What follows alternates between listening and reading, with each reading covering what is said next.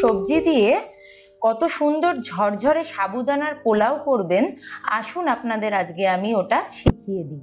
আমি যেভাবে করছি আপনারাও ওইভাবে ট্রাই করুন। নমস্কার, আমি শ্বেতা, আপনারা দেখছেন রাঁধুনি শ্বেতা। আমার আজকের রেসিপি হলো সাবুদানার পোলাও। এখানে আমি 200 গ্রাম মতন সাবুদানা নিয়েছি। আর এখানে দেখুন যে খুব সামান্য অল্প জল দিচ্ছি। একটা বাটির মধ্যে সাবুদানাটা রেখে ঠিক যতটা সাবুদানা ভিজবে ঠিক ততটাই জল দিতে হবে, এর বেশি কিন্তু জল দেওয়ার কোনো প্রয়োজন নেই। আমি হাত দিয়ে সাবুদানাগুলোকে জলের মধ্যে ভালো করে ভিজিয়ে দিচ্ছি। 3 ঘন্টা এইভাবে রেখে দিয়েছিলাম।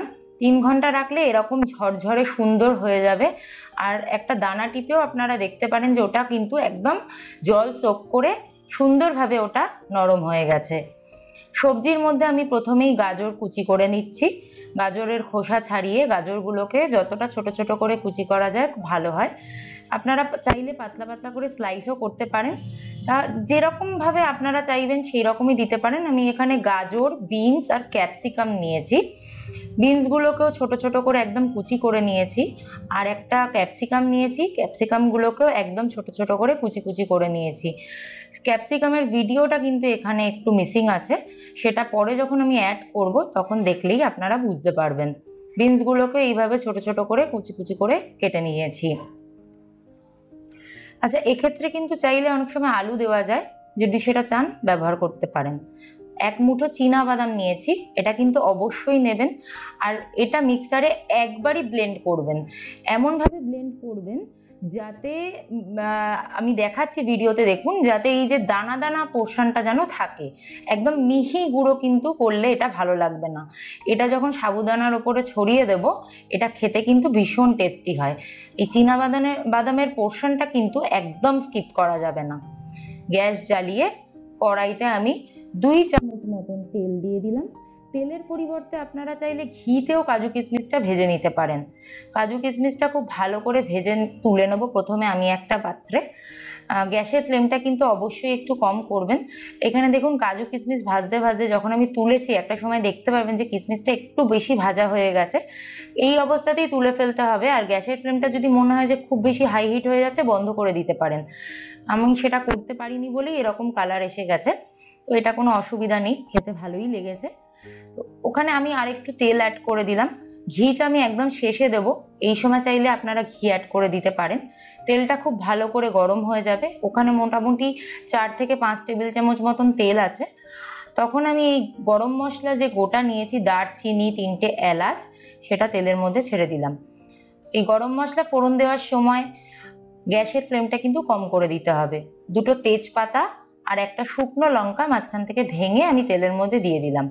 খুব সুন্দর গন্ধ যখন বেরোবে 5 সেকেন্ড ভেজে নেওয়ার পর, তখন কিন্তু আমি প্রথমে গাজর আর বিনস যে কুচি কুচি করে রেখেছিলাম সেটা অ্যাড করব। ক্যাপসিকাম কুচিটা কিন্তু অ্যাড করব না। গ্যাসের ফ্লেমটা কিন্তু আমি লো টু মিডিয়াম রেখেছি। সবজিগুলো অ্যাড করে নেওয়ার পর আমি খুব অল্প পরিমাণে নুন দিয়ে দেবো, যাতে সবজিগুলো খুব সহজে ভাজা হয়ে যায় এবং সবজি থেকে জল ছাড়লে সবজিগুলো যাতে সেই জলের মধ্যে সিদ্ধও হয়ে যায়। খুব সামান্য এখানে হলুদ লাগবে।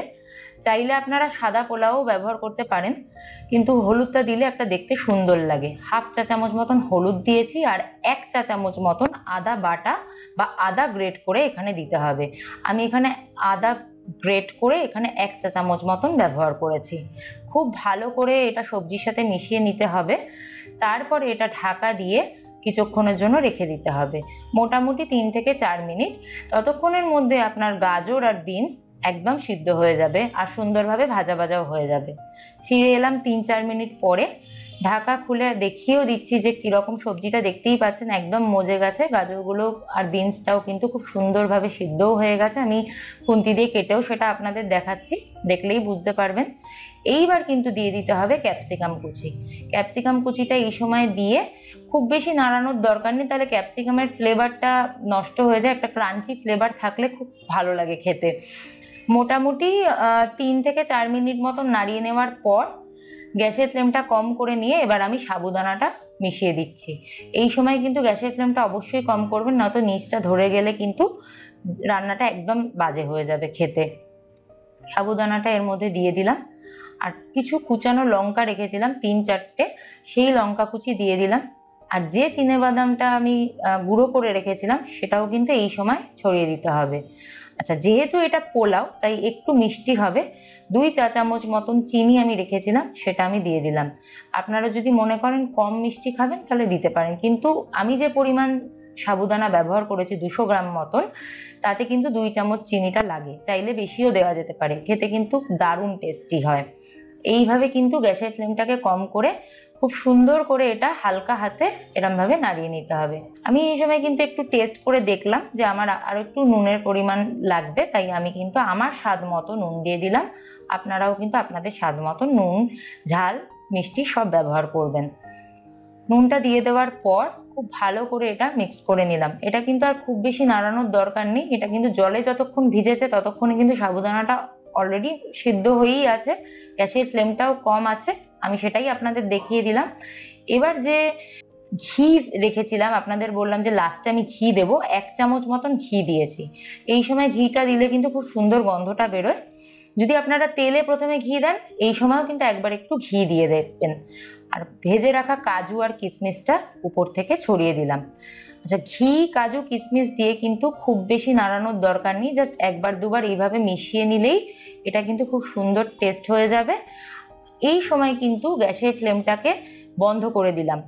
আমার রান্না রেডি, কিন্তু বন্ধ করে দেওয়ার সাথে সাথেই সার্ভ করবেন না, 5 মিনিটের জন্য এটা ঢাকা দিয়ে স্ট্যান্ডিং টাইম দেবেন। তারপরে যখন সার্ভ করবেন, গরম গরম খাবেন, দারুণ লাগবে। তৈরি হয়ে গেল ভীষণ সুস্বাদু একটা রেসিপি, সাবুদানার পোলাও। সাবুদানা তো আমরা পুজো আচ্চার দিনে খেয়েই থাকি, সেটা ফলমূল দিয়ে, কিন্তু আপনারা যদি বাড়িতে এই সবজি দিয়ে এই সাবুদানার পোলাওটা করে দেখেন, খুব ভালো লাগবে। এটা সম্পূর্ণ নিরামিষ। আর যদি এটা আপনারা বাড়িতে ট্রাই করে থাকেন, আমাকে কিন্তু জানাতে ভুলবেন না কমেন্ট করে। ভিডিওটা ভালো লেগে থাকলে অবশ্যই লাইক করবেন, আর আমার চ্যানেলটিকে সাবস্ক্রাইব করার অনুরোধ রইল। তাহলে আমি আরও নতুন নতুন ভিডিও রেসিপি নিয়ে যখন আপনাদের সামনে হাজির হব, আপনারা দেখতে পাবেন। নমস্কার।